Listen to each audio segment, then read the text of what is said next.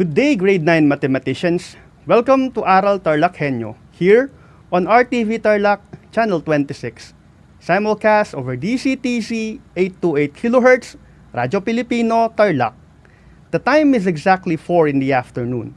We are now on the first week of the third quarter for school year 2020-2021. I am Sir Marvin Arce, and I will be your guide as we explore the wonders of mathematics.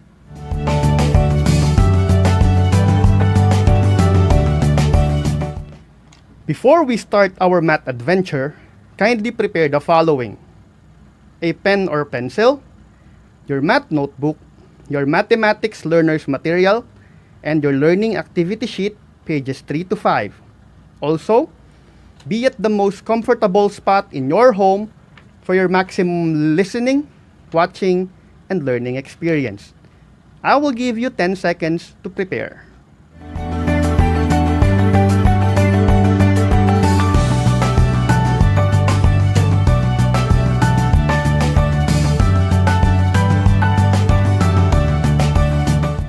Time is up.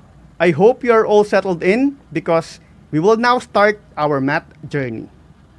For today's topic, we will unravel the mysteries of quadrilaterals and determine what conditions make a quadrilateral a parallelogram. Let us all begin. We will start our journey by looking back into the concept of quadrilateral. The word quadrilateral came from two Latin words, quatri, which means four, and later or latus, which means side. A quadrilateral, therefore, is a polygon having four sides. It is formed by connecting 4 points on the same plane. If we have points A, B, C, and D, we can make a quadrilateral by connecting the points to draw a closed figure. First, connect points A and B, then points B and C, C and D, and lastly, to close the figure, we connect points D and A. This is our quadrilateral. We can also give our quadrilateral an exclusive name. To do that, we just need to select a starting point, then list the other points consecutively in a clockwise or counterclockwise manner. In naming a quadrilateral, you must remember that the order of the points is very important. They must be listed consecutively. We can also use a symbol of a small square to denote that the polygon is a quadrilateral. So, using the rule and going on a clockwise manner, our quadrilateral can be named as quadrilateral ABCD, BCDA, CDAB, and DABC. Similarly, going on a counterclockwise manner, the quadrilateral can also be named as quadrilateral ABCD, BADC, CBAD, and DCBA. Before we proceed to our main topic, it is also important that we can identify the elements or parts of a quadrilateral and their relationship with each other. A quadrilateral has four elements. These are the vertices, the sides, the angles, and the diagonals. We will start with the vertices. The vertices or vertex in the singular form are the intersections of every two line segments or sides of a quadrilateral. Since line segments or sides 1 and 4 intersects at A, then A is the vertex of quadrilateral ABCD.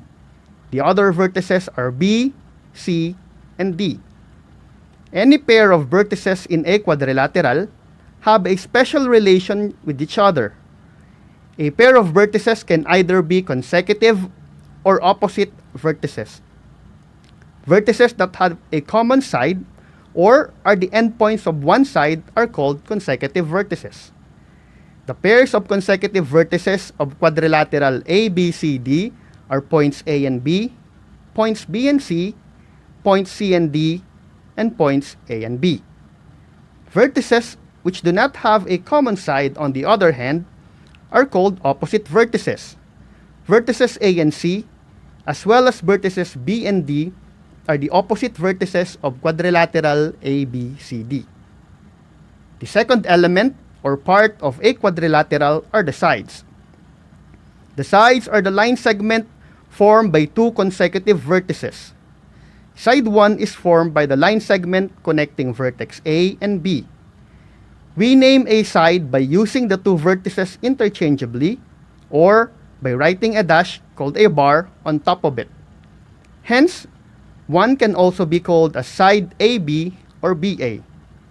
The other sides of quadrilateral ABCD are side BC or CB, side CD or DC, and side AD or DA. Like vertices, pairs of sides also have a relationship with each other. They can also be consecutive or opposite sides. Consecutive sides are pair of sides having a common vertex. From quadrilateral ABCD, sides AB and BC are consecutive sides since they share a common vertex B. Consecutive sides are also called as adjacent side. The other consecutive sides of quadrilateral ABCD are sides BC and CD, sides CD and AD, and sides AB and AD. Opposite sides, on the other hand, are pairs of sides which do not have a common vertex. From quadrilateral ABCD, sides AB and CD are opposite sides since they do not have a common vertex. Additionally, sides BC and AD are also opposite sides. The next element or part of a quadrilateral that we will discuss are the angles. The angles, specifically the interior angles of a quadrilateral, are formed at the intersection of two of its consecutive sides. Since there are four intersections formed by the sides, a quadrilateral has four angles. For quadrilateral ABCD, its angles are angle A, angle B, angle C, and angle D. The sum of these angles is always equal to 360 degrees. Like vertices and sides, pairs of angles also have a relationship with each other. They can be consecutive angles or opposite angles. Consecutive angles are angles having a common side.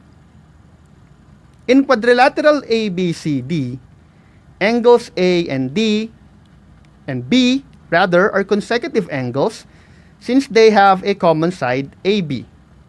The other consecutive angles of quadrilateral ABCD are angles A and C, A and B, B and C, C and D, and A and D. A pair of interior angles of the quadrilateral are said to be opposite angles when they do not share a common side. For quadrilateral ABCD, angles A and C, as well as angles B and D, are opposite angles since they do not share a common side. The last element or part of a quadrilateral that we will discuss are the diagonals. The diagonals of a quadrilateral are the segment formed by two opposite vertices. If we connect each pair of opposite vertices with the segment, we will have our diagonals AC and BD. Now that we have reviewed the basic concepts of quadrilaterals, we can now proceed to our main topic, which is the conditions which makes a quadrilateral a parallelogram. There are many types of quadrilateral, and they are categorized by the special characteristics and relationship of their sides, angles, and diagonals. One kind of quadrilateral is a parallelogram. Using geometric definition and theorems, we can identify if a quadrilateral is a parallelogram, and we will also determine the condition that makes a quadrilateral a parallelogram in terms of the relationship of its sides, angles, and diagonals. We will start with the sides. Using definition, we can state that if the pairs of opposite sides of a quadrilateral are parallel, then the quadrilateral is a parallelogram. But what does this mean? Quadrilateral LOVE is a parallelogram because if we will extend the opposite sides, LE and OV, indefinitely, they will never meet at any point. The same must also be true for opposite side LO and VE. In a figure, we use an arrowhead going on the same direction on the opposite sides of the quadrilateral to denote that they are parallel. So for condition 1, LOVE is a parallelogram if side LE is parallel to side OV and side LO is parallel to side VE. Using the relationship between the opposite sides again, condition 2 states that if the pairs of opposite sides of a quadrilateral have the same length or are congruent, then the quadrilateral is a parallelogram. In a figure, we can say that sides are congruent by drawing a slash on the sides that are congruent. With condition 2, LOVE is a parallelogram if sides LO and VE, as well as sides LE and OV, are congruent. Next, we have conditions 3 and 4. And this time, we will use the relationship between the angles of a quadrilateral to determine if it is a parallelogram. For condition 3, we can state that if the pairs of opposite angles of a quadrilateral are congruent, then the quadrilateral is a parallelogram. LOVE is a parallelogram if angles L and V, as well as angles O and E, have the same measure or are congruent. Condition 4 states that if the consecutive angles of a quadrilateral are supplementary, then the quadrilateral is a parallelogram. There are two terms here that we should focus on: consecutive angles and supplementary angles. Earlier, we have defined that consecutive angles are angles sharing a common side. Supplementary angles, on the other hand, are two angles whose measures add up to 180 degrees. Quadrilateral LOVE is a parallelogram if the sum of the consecutive angles L and O is 180 degrees. This should also be true for consecutive angles O and V, V and E, and L and E. For conditions 5 and 6, we will use the diagonals to determine if a quadrilateral is a parallelogram. Condition 5 states that if the diagonals of a quadrilateral bisect each other, then the quadrilateral is a parallelogram. What does this mean? If we have a quadrilateral LOVE, then we draw diagonals LV and OE, which intersects at point T. Quadrilateral LOVE is a parallelogram if line segment LT is congruent to line segment TV and line segment OT is congruent to line segment ET. The last condition is also concerned with the diagonals. It states that if the diagonals of a quadrilateral form two congruent triangles, then the quadrilateral is a parallelogram.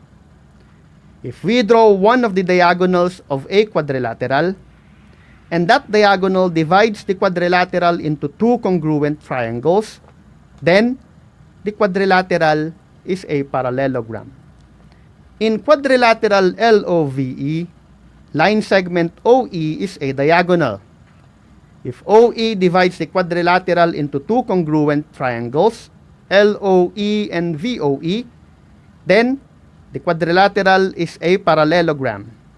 The same should also be true if we draw diagonal LV on quadrilateral LOVE.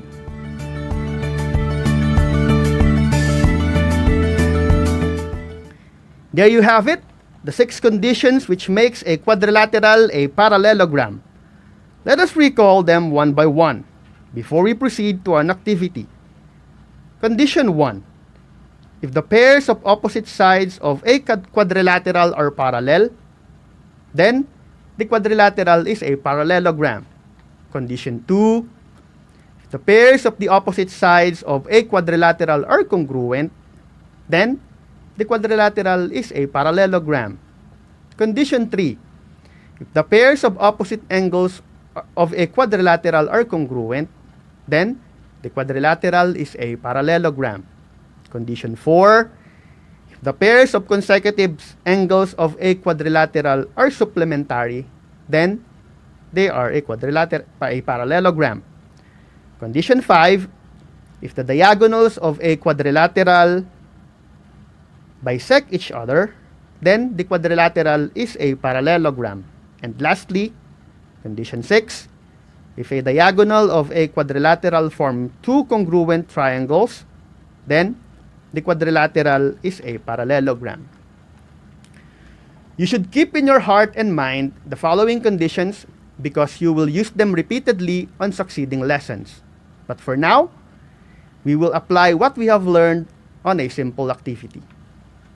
For our activity, you will state the conditions that support each statement to prove that quadrilateral WXYZ is a parallelogram. Refer to the figure on your learner's material, pages 6 and 7, for those of you who are tuned in to DCTC Radyo Pilipino Tarlac. For those of you who are watching on your televisions and on YouTube or Facebook, refer to the presentation. We will answer each item one by one. Our first statement. Line segment OX is congruent to line segment OZ. Line segment OW is congruent to line segment OY. I will give you 5 seconds to answer.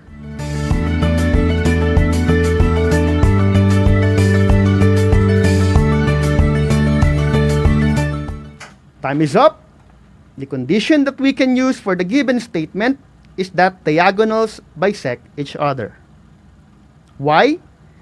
Since line segment OX, OZ, OW, and OY are the segments formed by the intersections of the diagonal XZ and YW at O, using condition 5, quadrilateral WXYZ is a parallelogram. Statement 2.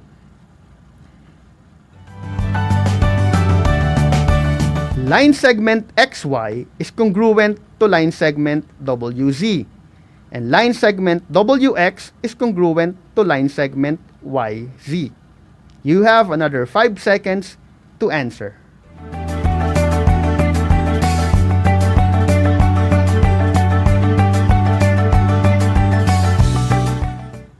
Let us see if we have the same answer.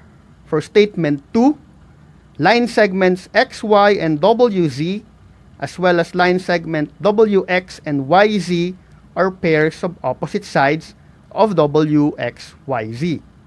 For the given statement, and using the condition that the opposite sides are congruent, quadrilateral WXYZ is a parallelogram.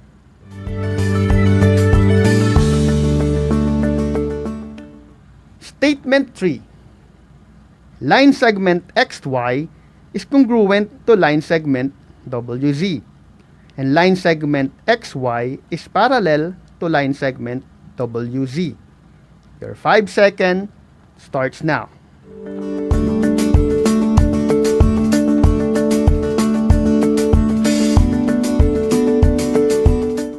Let us check your answer. Since the opposite side XY and WC are parallel and congruent, then WXYZ is a parallelogram. This is a combination of two conditions which support that when a pair of opposite sides of a quadrilateral are parallel and congruent, it is a parallelogram. Statement 4. Angle X is congruent to angle C. Angle W is congruent to angle Y. You have 5 seconds to write your answer.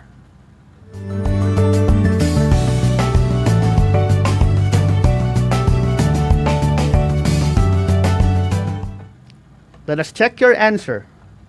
Since angle X and angle C as well as angles W and angle Y are pairs of opposite angles and that they are congruent based on the given statement, then WXYZ is a parallelogram.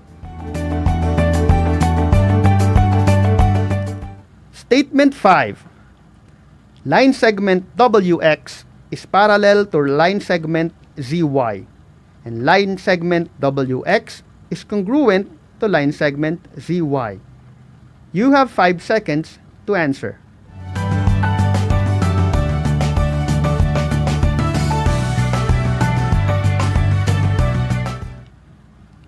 Let us see if you got the correct condition. Statement 5 shows that the opposite sides WX and ZY are congruent and parallel. Hence, WXYZ is a parallelogram. We proceed to statement 6. In line segment WO is equal to half of line segment WY. Line segment XO is congruent to line segment ZO.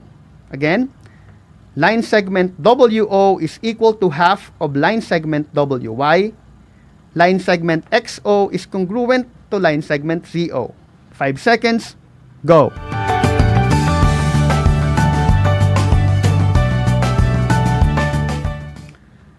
Let us check your answer. For statement 6, we can use the condition that the diagonals bisect each other to prove that WXYZ is a parallelogram.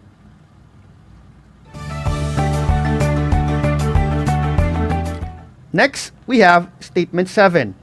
Angle WXY plus angle XWZ is equal to 180 degrees. You have 5 seconds to answer.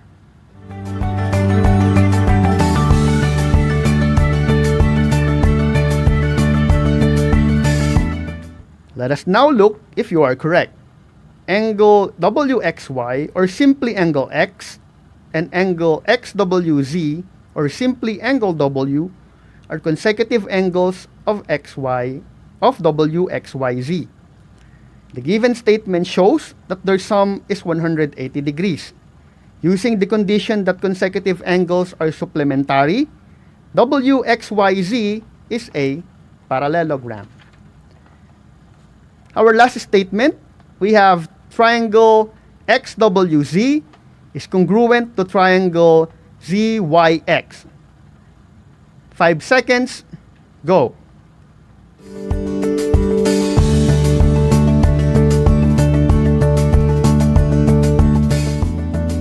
Let us check your answer. For statement 8, quadrilateral WXYZ is a parallelogram since diagonal XZ divides it into two congruent triangles XWZ and ZYX. Did you get all the correct answers? If yes, then you truly are a batang Tarlachenyo. If not, do not be sad. It is a good thing that you did your best, and if you need help, we just need some more practice. If you need help for this topic or any other math topic, you can send a message at 0956-5303665. I will be more than willing to help. Again, our math hotline is 0956-5303665. That is all for today. Thank you, grade 9 mathematicians. Make it your habit to stay tuned in every Monday and Wednesday for more mathematics adventure here at Aral Tarlachenyo on RTV Tarlac, Channel 26. Simulcast over DCTZ 828 kHz, Radyo Pilipino Tarlac. Once again, I'm Sir Marvin Arce, your teacher broadcaster for today, saying madali ang matuto kung matyaga tayo. Mabuhay!